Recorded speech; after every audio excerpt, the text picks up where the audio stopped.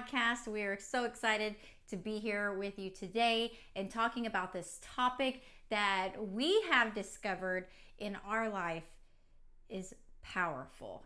And that is making small changes in your blended family, in your life, equals big results. For sure. And that's kind of a relief. So many times, especially in Texas, it's like go big or go home. And there's so much pressure that comes with that, especially in families. So being able to sit there and say, you know, I can do little things and yet have big results, give me more of that. Sign me up for that. We're talking about that in today's episode. All right, guys. So yes, we're talking about small changes make big results. And I am one, as Randall was saying when we started, that go big or go home. I am a go big or go home kind of person when I want to do something. Like, I like to be very elaborate. The creative side of me comes out, and sometimes it's over the top, and for certain personalities can also be a little overwhelming. I've been described as too much. No. What is what the kids were saying? Extra. Extra. Yeah. I have been described as extra. As extra because I like to go all out. But one thing that I've learned, and really just eye-opening over the last couple weeks, that I've seen this with our kids, is these small changes and how much of an impact it does have on them.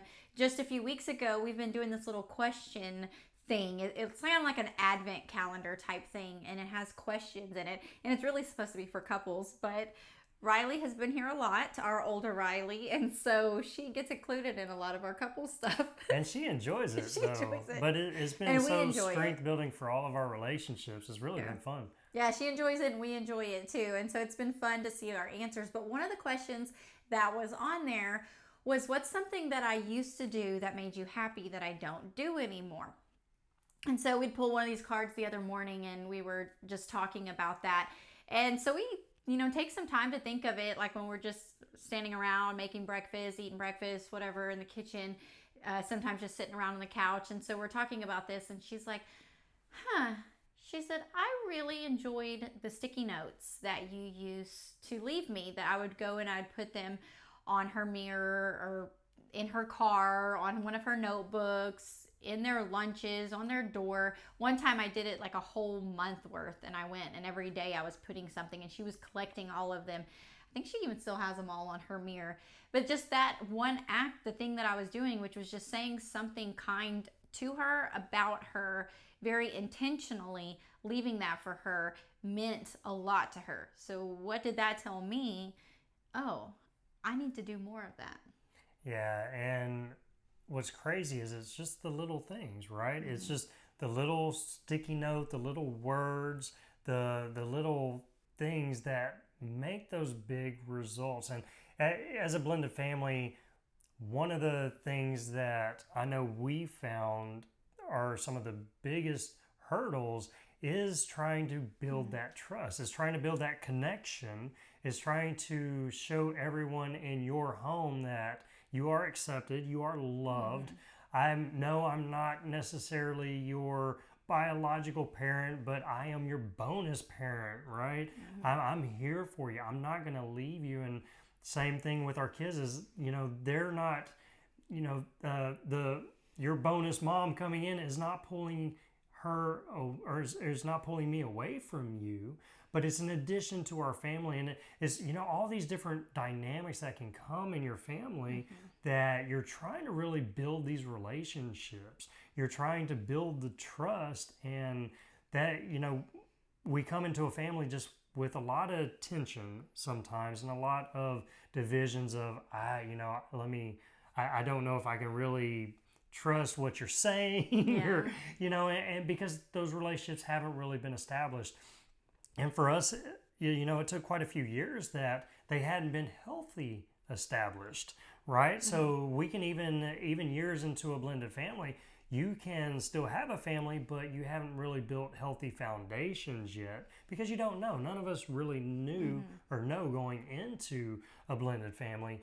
And then we each have different family dynamics and things of that kind of come about. So it's really using a small tactic to really build those bonds and strengthen those bonds together. Yeah, and it may take doing different things and just trying them out, and maybe it doesn't work, or maybe it doesn't work the first time and you try it again later, but it doesn't have to be a big gesture is what we're saying here. It can be the littlest of things, and you take something and you try it on one of whoever you're trying to strengthen this relationship with, and you try this little thing and it puts a smile on their face. Do more of that. If it's like then maybe try it with someone else, or maybe switch and do something different and try another thing, and keep doing that, these little things, until you finally find that thing. And it's one of those to where, as you were saying, the go big or go home type thing, we were kind of laughing and joking on that, but so often we see a lot of different issues going on in our family, and let me put a disclaimer, right? Because here on the podcast, we talk about some of the issues, especially on Monday. I'm not saying that it's all big issues, okay? Just a disclaimer. There's so much good things. There's so much blessings, so much fun that we have and stuff. But it's talking through some of these topics to help whenever they do happen. We've got more tools and knowledge to be able to work through them to bring us together and not pull us apart. Yeah.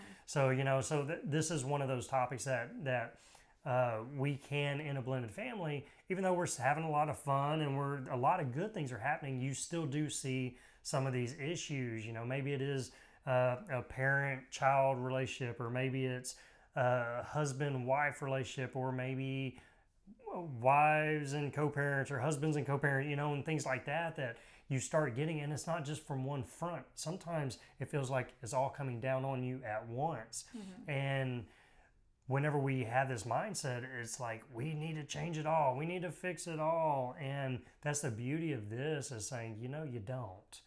You're always going to have things, but if you just take little by little, take one thing at a time, and it's so powerful, and it's so kind of freeing for you to be able to sit there and feel like, I don't have to tackle the whole world right now, but I can be intentional in a few things to really change and see some dynamic results from that.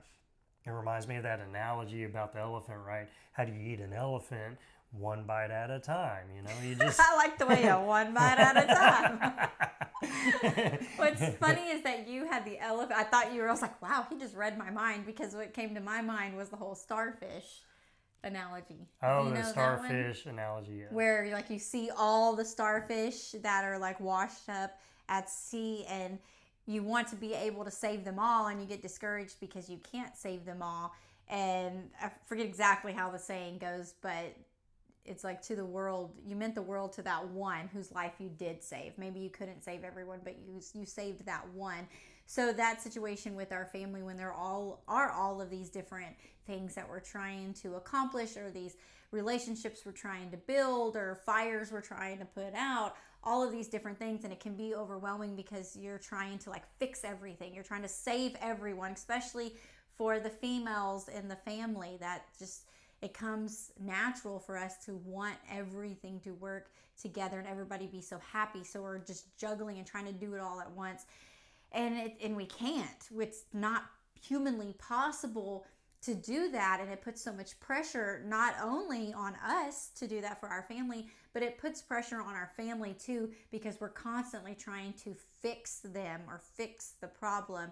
And it's part of life. It's part of being even a regular family. A nuclear family has these issues. It's just compounded in a blended family, and seems like there's an out easier in a blended family. Like, if I don't make this work, it's going to fall apart, because you've seen it fall apart before. But if you start just really honing in on what is something that I can do today? What is one of these relationships that I can improve today? And then start working towards that. Yeah, it helps you not get discouraged. And that's what you see in trying to tackle everything. And like we said, sometimes it all happens at once. It seems like it always goes that way, in a sense. Like, everything can be going great, and then all of a sudden one thing happens, and then it all happens, and you're like, oh my goodness, what am I going to do? but it can lead you to discouragement when you try to tackle it all and you do have that failure, because you're setting yourself up for failure, because we're only human. We can't do everything, right? We can't. In a family, there's so many different opinions and emotions and everything that go with it. So it's really looking at what's in my control. What can I do? And it doesn't have to be big. It can just take it one thing at a time and get good at that, and then move on to another thing, right? Another issue or something, and saying, okay, well, what is something I can do there? And then you go and you try to tackle that. Yeah, and so for some of these relationship things that we've seen, we've just learned, just like you're listening to this podcast and you're picking up these little nuggets. We do that same thing, and we pick up on these little nuggets on what's a way to strengthen a relationship. And then we try it out, and if it works, it works. So one of the things I was thinking of when you were talking, and those little things, just as far as for me, being someone who is on my phone a lot, I use my technology a lot. I had heard somewhere of putting down your phone and making eye contact and letting them know like you're listening to them by looking at them when they're talking to you. That something as small as that gesture can mean the world to them in that moment, that they are more important to you than what's on the other side of that screen. Yeah, and that we kind of had that in our marriage as well. There one time you had asked me a question, and you were on your phone. You bring up that story all the time. It's such a good one. I know I have a problem. But, and she was on her phone, and she was doing things or looking at things, and she'd asked me a question. And it was kind of a question of my interest, that she was like, well, what do you think are there? What's this? And I just went off because I was so excited, to share kind of my love or what I was excited about and everything. And as I was looking at her, I could tell she wasn't paying attention. And her head was going up. Sorry. And then it'd go back down on the phone and everything. And no, I mean, we've talked through this. Know. But it was such a powerful moment for both of us, really. Because what happened was I called her out on it. And at that time, she, I asked her a question on what I had said. And she threw out some random thing. And I was like, yeah, no, that you weren't even listening to me. And it's kind of, for me, though, it hurt. It hurt me in that moment, because I'm like, she doesn't really value my opinion or value that time right there. And on top of it, you asked me the question. Being a good wife. It was kind of those to see that, there was no depth there. And she saw the hurt that was there. And eventually it brought us to discussing that and us learning this in that moment, at how powerful it is to put phones down or to put work down or whatnot when you're talking with your spouse or you're talking with your kids. And in today's times and technology, it's so easy for us to do. It's so easy for us to fall into the trap of constantly being on our phones or computer or watching TV, and your kid will come up or your spouse will come up and ask questions or want to engage, and you're kind of like, you're not that important to me. I'm enjoying this more, and we're not saying that, but, that's our actions. And it's so powerful for us to take a moment and say, you know what? I value you, so I'm putting this down, and I'm actually going to listen to you and what you're saying, because you're important to me. And man, I'm telling you, that speaks volumes. It speaks volumes when you can pause a TV show, or you can put the phone down or put the work aside for a minute and just engage in that conversation, what they're saying, what they're excited about. There's power in that. Yeah, and there's so many things like that we have discovered or come across over the last several years that we have just seen make that impact. Yeah, so like one of the things that I had learned just listening to a podcast with the day and age that we're in right now, and a lot more people being at home with each other, and they had recommended for like spouses that are working together that you acknowledge the other person when they walk in the room, and you look at them and you smile and greet them, or even the value of that first 15 seconds when your child is waking up, and the last 15 seconds before they're going to bed, is taking these times and just smiling at them and saying good morning. Or when they walk in the room, hey, how you doing? Just saying something to them and letting them know, like, hey, I see you and I love you and I want, to engage with you here for a second. You're important to me. And just doing little things like that, I've noticed, have made a huge difference. Well, and it's those things that we don't think about, because I've used that saying before that, I don't live where there are mountains, but if I did, right now I think, oh, they're amazing. But if you live someplace, then you start just taking it for granted, like, oh yeah, it's a mountain. And we do that. We can do that with our family as well, that we just get so used to each other that we lose that. We lose that acknowledgement because we just assume they're going to be there and they're always going to be there. Mm-hmm. And it's so easy for us to do in a family. And that's so tragic that, our kids want to be accepted and feel accepted just as much as we do. And when we get down to it, I want to feel accepted. I want to feel like I'm noticed. And if I want to feel like I'm noticed, how much more does my wife want to feel like she's noticed? How much more do my kids want to feel like they're noticed? And not just like, oh, you walked in the room, you're still here? Yeah. Because we're just used to them being here. So it is being able to kind of change our thoughts on that and just do the small little engagements. It's like, hey, how are you? Or, hey, glad you're here. Or hey, I love you. Just little things like that is powerful. Like even just a good morning, like we might be in the middle of something because we wake up a little earlier, and then our oldest will come in the room and we might be in the middle of discussing something, or might be in the middle of making breakfast, or doing dishes or whatever. And instead of just continuing that task, stopping and just turning and looking and saying, hey, good morning, like with your happy good morning voice that comes along with it, to just like they mean so much to you that it actually brightens up your demeanor from them, their presence coming in. Yeah, it's so powerful. And you talked on another way of doing it was the sticky notes.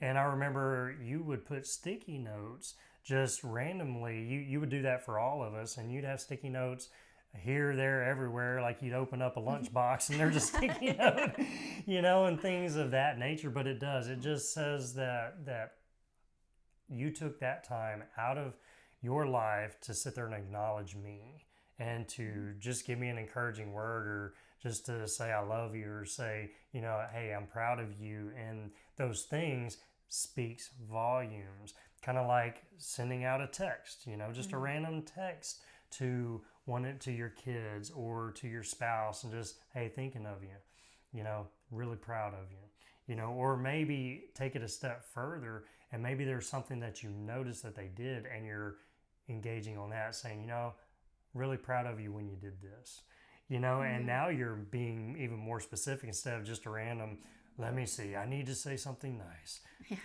You're good. And it's like, you're a good boy. Yeah. I'm talking to him. You're a good boy. You're a good boy. It's like, am I a dog? Hey, we'll be back momentarily. Check out this announcement. Are you tired of complaining about your blended family and you just want to start enjoying it? Scarlett and Randall here, and that's where I was several years ago, until Randall and I, we began to start searching and seeking out solutions for our family. We knew that we wanted this to be a success, but we didn't know how to get there. So we began searching and finding different resources.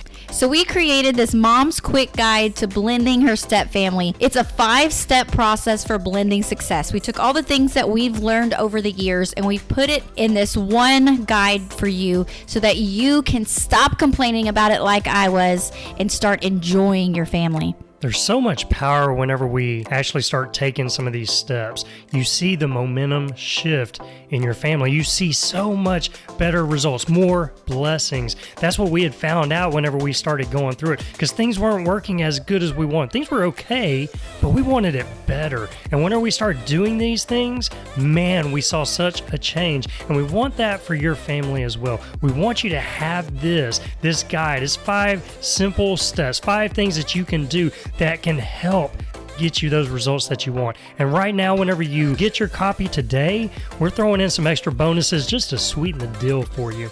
So go get your copy with all the bonuses while we still have this offer going. The link will be in the show notes below. Now back to this episode. So it's, the more specific you can even get with that, man, that just digs even deeper into building and strengthening your relationships. I like to use even taking like with the kids, things that they say about themselves when they're talking to me. Like just a example here recently, our youngest, she was saying like, I'm really good with context clues. And so just in conversation later or in a text later, throwing that back out and telling her like, yeah, you're so good at context clues. Like, and for her, she was telling a story about how she figured something out, but taking that and telling her and reminding her and saying, yes, I do see that as well. So taking the things that they say and then speaking that life back into them. Yeah, that's powerful because they need that. And ultimately we are proud of them. Mm-hmm. We just don't say it enough. Mm-hmm. And so being able to communicate that, and you can do it in so many ways. The thing is we all give love in certain ways and we all receive love in certain ways. The way I may receive love is different from the way Scarlett may receive love, and our kids may receive love. And one person may, if you go buy them something and give them something, that's like the world to them. To whereas if you do that for your other child, they're like, not that big of a deal. To whereas one child, an encouraging word is powerful. To whereas the other one's like, thanks. Not that big of a deal. So it's being able to understand how each other receives love. And we do that by different ways. We talk about the 5 love languages before. That's one easy way to where you can go online, take a quiz, and figure out, how you give and receive love. And same, you can do that with your family and stuff like that. But another way is just by starting to do some of these acts. Maybe it is words of encouragement. Maybe you're just sharing proud things, and saying things, or leaving sticky notes, or sending a text message, or things of that. And it's just these little quick things that you see how they receive it. Or maybe it is spending time with someone to whereas, they more want to just hang out with you. That's to them. So maybe you're taking 5-10 minutes and you're doing something together or having a moment or something like that, right? Or there's so many different things that you can do that is just a small step. And the thing is, with this, you don't feel like you have to do it all in one day. Just take one. Just take one relationship and do that one day. The next day, do something else. And it's just a small, maybe it's a little sticky note, writing a little sticky note and putting it somewhere. There it is, you don't have to sit there and just throughout the whole day do things, right? This is just something small that you can do that speaks volumes, that just gets to the heart of your family member who you're connecting with. And then you're getting outside of yourself and just sharing your heart with them as well. And really, I see immediate results when I am intentional on the relationship that maybe I've been taking for granted, or maybe the relationship's a little bit rocky in that moment or that season. And when I start being intentional in that area, I see immediate results. Like for our youngest, she just recently moved back in, and so it's one of those relationships that can be really up and down sometimes because we haven't been in the same household.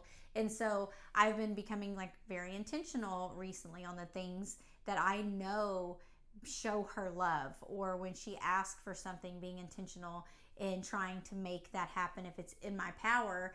And it could be small, the smallest of things, but to be able to say yes to her, because for her, she does not like to be told no. It's just part of her personality. If you say no, we're going head to head. So as often as I can say yes, I know that it brings that joy to her heart. And I will start doing this, and sometimes within hours, sometimes within days, I start to see that relationship become mended to the place where it has been. And I know that it can be in a good place, but it doesn't always have to be a relationship that's rocky. It could be a relationship that's going great, but maybe y'all have just been missing each other. Maybe your spouse works out of town, or maybe for like us, we're together all the time. So like Randall was saying, we take that for granted. And so you start doing these little things, And then before you know it, like, bow, chicka, wow.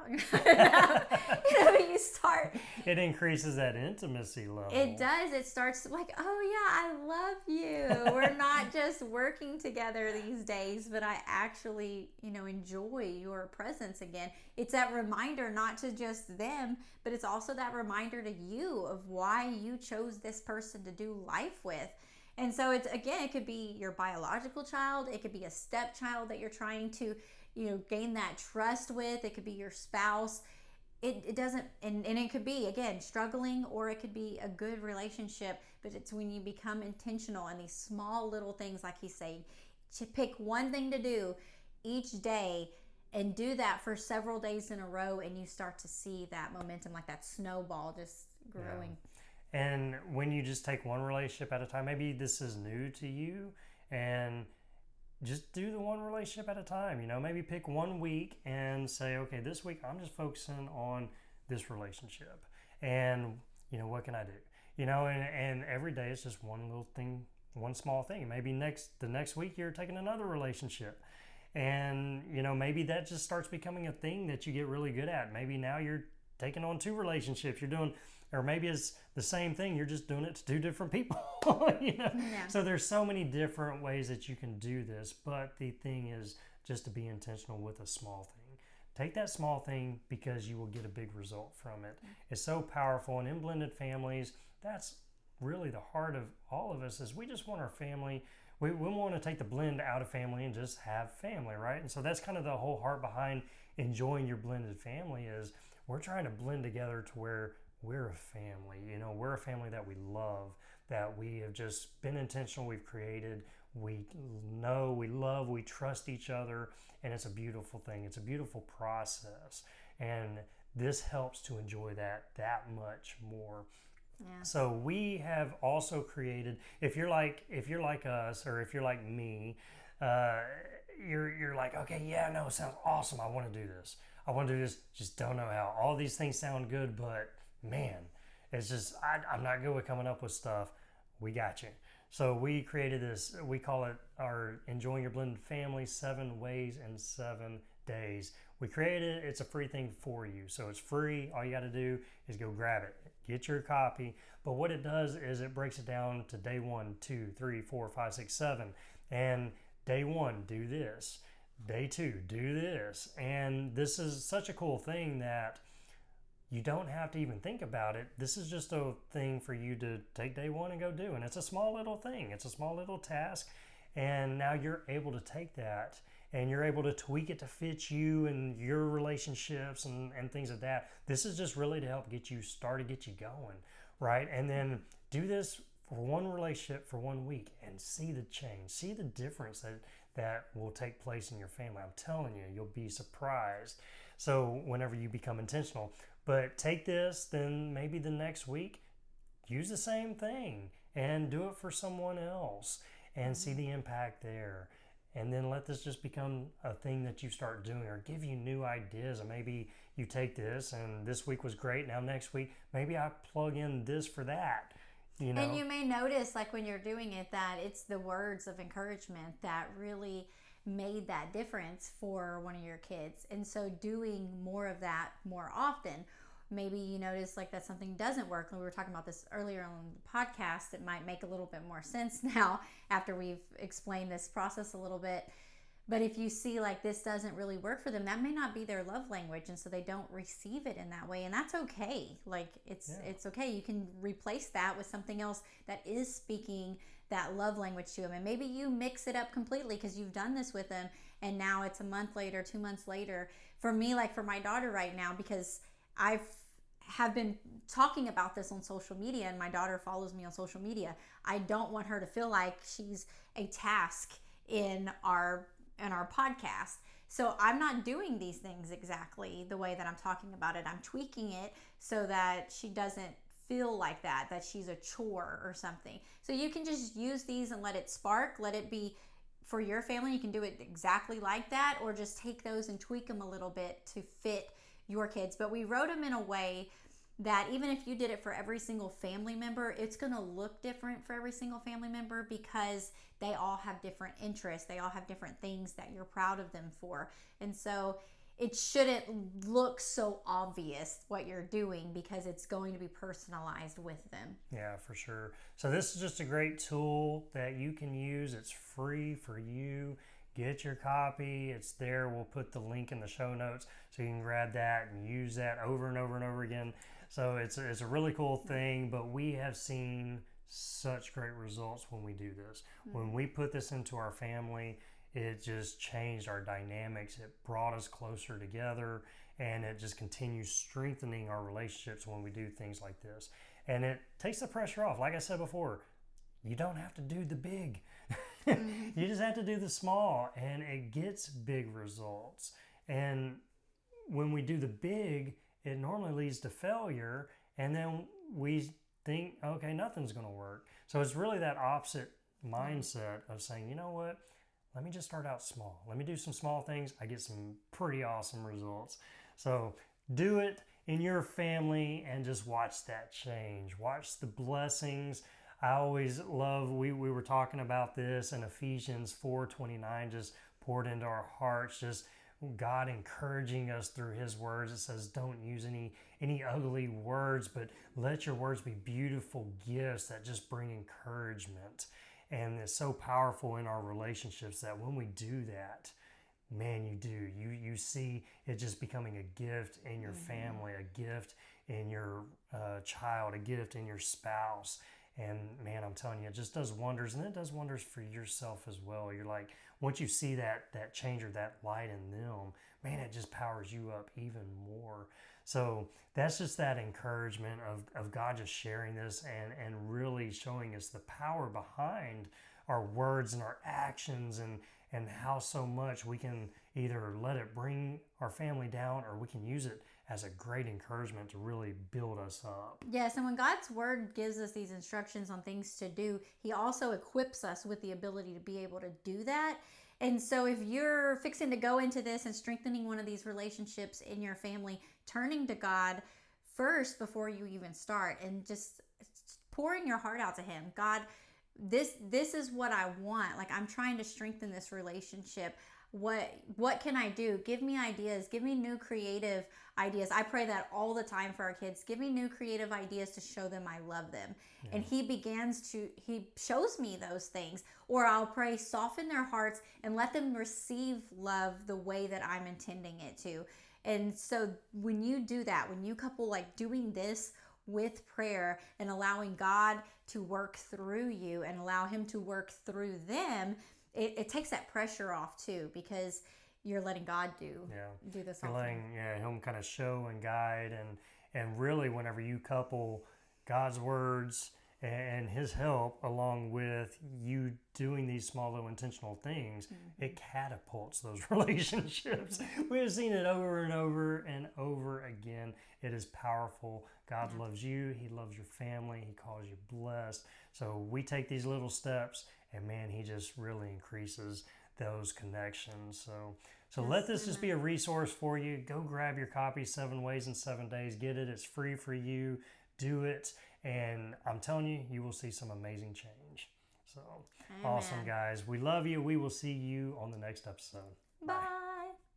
Hey, thanks for joining us today for another episode of Enjoying Your Blended Family. All the links we've talked about today, they're in the show notes below. If you've enjoyed listening, be sure to subscribe below. It's free, and it lets you know when we have another episode for you to listen to. And if you want to help us out, leave us a rating and review so that we can keep reaching more people. Until next time, remember to enjoy the moment.